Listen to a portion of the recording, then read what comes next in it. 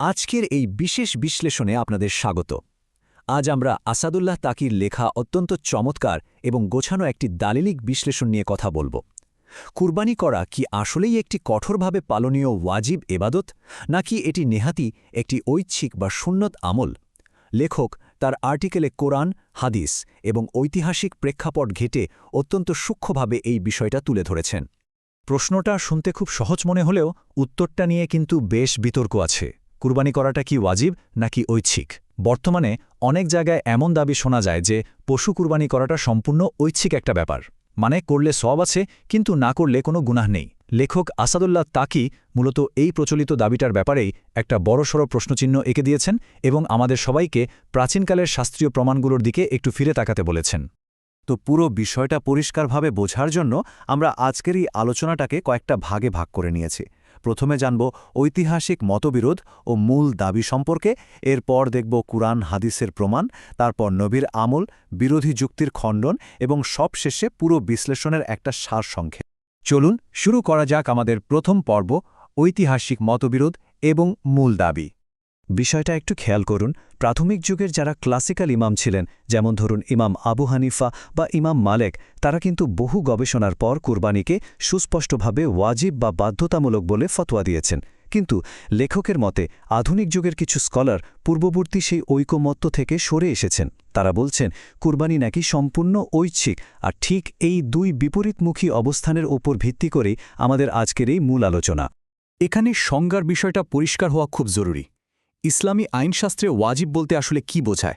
এর মানে হল এমন একটা নির্দেশ যা পালন করা একেবারে অপরিহার্য। লেখকের মূল থিসিসটাই হল কুরবানি যে কোনো সামর্থ্যবান ব্যক্তির জন্য স্পষ্টভাবে ওয়াজিব। সামর্থ্য থাকা সত্ত্বেও কুরবানি এড়িয়ে যাওয়া কোনো স্বাভাবিক ব্যাপার নয়, বরং এটি রীতিমতো একটি গুনাহের কাজ। এটাকে কোনোভাবেই অন্যান্য সাধারণ ঐচ্ছিক আমলের সমতুল্য ভাবা যাবে না। এবার আসা যাক দ্বিতীয় পর্বে, কোরআন ও হাদিস থেকে প্রধান প্রমাণ। প্রমাণের ক্ষেত্রে প্রথমেই আসে সূরা কাউসারের সেই বিখ্যাত আয়াত, ফাসাল্লিল রব্বিকা ওয়ানহার, অর্থাৎ আপনার পালনকর্তার উদ্দেশ্যে নামাজ পড়ুন এবং কুরবানি করুন। লেখক এখানে ভাষার ব্যবহারটার দিকে আমাদের নজর দিতে বলেছেন। দেখুন, আয়াতে যেভাবে নামাজের জন্য সরাসরি নির্দেশ দেওয়া হয়েছে, ঠিক একইভাবে কুরবানির জন্যও কিন্তু নির্দেশমূলক শব্দই ব্যবহার করা হয়েছে। আর ইসলামী নীতিমালায় এ ধরনের সরাসরি নির্দেশ মানেই হল সেটা ওয়াজেব বা বাধ্যবাধকতা। এর অন্য কোনো দুর্বল ব্যাখ্যা ঐতিহাসিকভাবে মোটেও গ্রহণযোগ্য নয়। শুধু কুরআনের নির্দেশই নয়, লেখক হাদিস থেকে বেশ কিছু কড়া সতর্কবাণীও তুলে ধরেছেন। ভাবুন তো, একটা হাদিসে বলা হচ্ছে সামর্থ্য থাকার পরও যে কুরবানি করল না, সে যেন ঈদগাহের কাছেও না আসে। কতটা কড়া কথা! আবার যারা ভুল করে ঈদের নামাজের আগেই কুরবানি করে ফেলেছিলেন, নবীজি তাদের পুনরায় সঠিক সময়ে কুরবানি করার নির্দেশ দিয়েছিলেন। এখন আপনারাই বলুন, এটা যদি স্রেফ একটা ঐচ্ছিক ব্যাপারই হতো, তাহলে কি এমন কঠোর নির্দেশ বা সতর্কবাণী দেওয়া হতো? নিশ্চয়ই না। আরাফাতের ময়দানেও কিন্তু স্পষ্ট ঘোষণা দেওয়া হয়েছিল যে সামর্থ্যবান প্রতিটি পরিবারের উপর কুরবানি করা আবশ্যক। আমাদের তৃতীয় পর্ব, নবীর আমল এবং আলেমদের মতামত। ইতিহাস ঘাঁটলে একটা বিশেষ সংখ্যা খুব চোখে পড়ে, 10। প্রখ্যাত সাহাবী ইবনে ওমর থেকে বর্ণিত একটা নির্ভরযোগ্য হাদিস অনুযায়ী নবীজি মদিনায় থাকা অবস্থায় একটানা 10 বছর কুরবানি করেছেন। এই 10 বছরে তিনি একবারের জন্য কিন্তু কুরবানি ছাড়েননি। ফিকহের নিয়ম অনুযায়ী এভাবে নিরবিচ্ছিন্নভাবে কোনো আমল চালিয়ে যাওয়াটা সেটা ওয়াজিব হওয়ারই একটা অত্যন্ত শক্তিশালী প্রমাণ। এখানে আরও একটা দারুণ ঐতিহাসিক ঘটনা বলি। একবার ইবনে উমরকে সরাসরি জিজ্ঞেস করা হয়েছিল, আচ্ছা, কুরবানি কি ওয়াজিব? তিনি কিন্তু সোজা সাপটা হ্যাঁ বা নাতে উত্তর দেননি। তিনি শুধু বলেছিলেন, নবীজি কুরবানি করেছেন এবং মুসলমানরাও কুরবানি করেছেন। লেখক এখানে খুব সুন্দর একটা পয়েন্ট ধরেছেন। কুরবানি যদি আসলেই ওয়াজিব না হতো, তাহলে তো তিনি সরাসরি বলে দিতে পারতেন যে না, এটা ওয়াজিব নয়। তা না করে তিনি নবীজি এবং সাহাবীদের একটানা প্র্যাকটিসের কথা মনে করিয়ে দিলেন, যা কিনা পরোক্ষভাবে এর আবশ্যিকতাকেই প্রমাণ করে। লেখক এখানে খুব কৌশলগত একটা দিক তুলে ধরেছেন।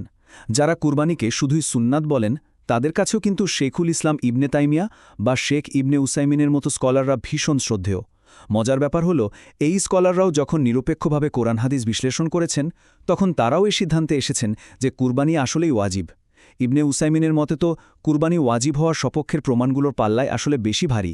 এবারে আসি আমাদের চতুর্থ পর্বে, বিরোধী যুক্তির বিশ্লেষণ এবং খণ্ডন। একটা খুব বহুল প্রচলিত হাদিস নিয়ে প্রায় কথা হয়, সেখানে বলা আছে জিলহজ মাস এলে তোমাদের মধ্যে যে ব্যক্তি কুরবানি করার ইচ্ছা করে। তো বিরোধী পক্ষের দাবি হলো এই যে ইচ্ছা শব্দটা ব্যবহার করা হলো তার মানেই হলো এটা ঐচ্ছিক। কিন্তু লেখকের খণ্ডনটা শুনলে আপনিও একমত হবেন। তিনি বলছেন নিয়ত বা ইচ্ছা তো আসলে সব ইবাদতের জন্যই শর্ত, তাই না? যেমন হাদিসে বলা আছে যে ব্যক্তি হজের ইচ্ছা করে। এখন হজের ক্ষেত্রে ইচ্ছা শব্দটা আছে বলে কি কেউ বলবে যে হজ করাটা ঐচ্ছিক? কখনোই না।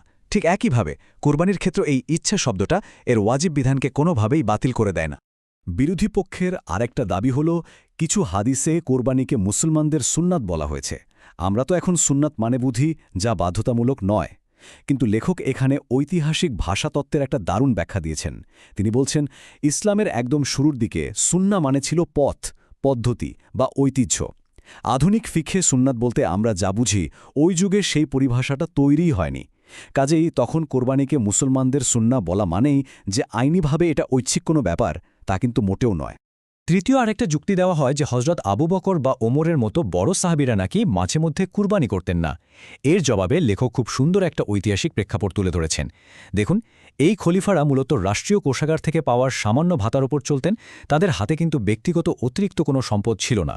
অথবা এমনও হতে পারে সাধারণ মানুষ যেন কুরবানিকে আবার ৫ ওয়াক্ত নামাজের মতো দৈনন্দিন ফরজ মনে না করতে শুরু করে। সেই ভুল ধারণা ভাঙতেই তারা হয়তো সাময়িকভাবে এটা করা থেকে বিরত থাকতেন। এটা কখনোই কুরবানির মূল বিধানকে দুর্বল করে দেয় না।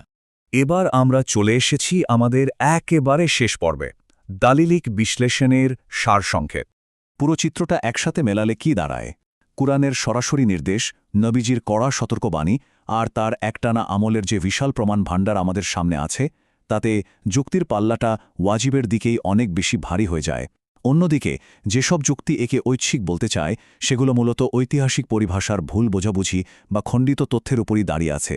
তাই এই সুদীর্ঘ বিশ্লেষণ থেকে লেখকের চূড়ান্ত রায় হল যারই আর্থিক সামর্থ্য আছে তার জন্য কুরবানি করা একটি সুনিশ্চিত ওয়াজিব বিধান। আলোচনাটি শেষ করার আগে লেখক আমাদের জন্য খুব গভীর একটা চিন্তার খোরাক রেখে গেছেন।